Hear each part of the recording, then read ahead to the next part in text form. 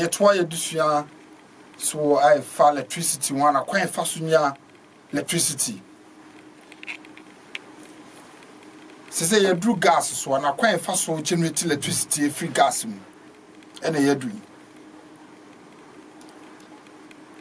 Penny for and I say woman for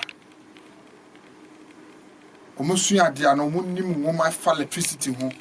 I am Fidia Bia. O here bibi ansa na ye adwuma na se o here bibi ansa na wotima produce electricity. I find generator, o mo ye generator na generator no gas de wo ho. It is all connect gas no ma no. Na wo spark generator na so generator na. Ni source na bibi e connect electricity e ma no wo ho. No an se wa plug when your electricity. Adwuma na aka ni nyina engine name fidie na o ma ye na nkasa ebe movie ana kwa ebe fa so movie ni say just wa connect gas amano se gas enimu a enya de ebe move na produce electricity amount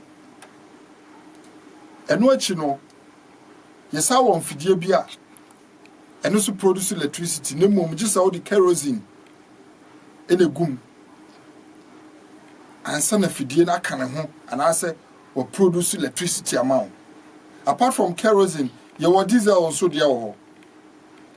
And I sound war petrol and so dear ho. Ni na kwa say esse e fidie na siwo. Ne mom we dear on here petrol ansa na wa light.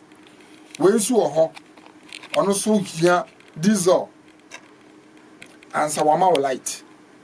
For so ono so here kerosene. And about so ho gas eno hia emfidie na esisi mu no sankwaya gas a onka ne ho na wanya light de etoso nso emfidie na esisi mu no ye di petrol emfidie na aye anase ye no se wanya petrol angumu a anase petrol angumu a onka ne ho enti ye mfa petrol enkonko diesel efidie mu se o ma light ana ye mfa diesel su de enkogu petrol ana ye mfa petrol su de enkogu gas mu gas generator ehia gas na ma light diesel generator ehia diesel na ma light kerosene de ehia kerosene na wanya light enti difference a what generators mu na kwan fa so nya electricity free gas diesel petrol and a kerosene and a yachro mu e beda mo ase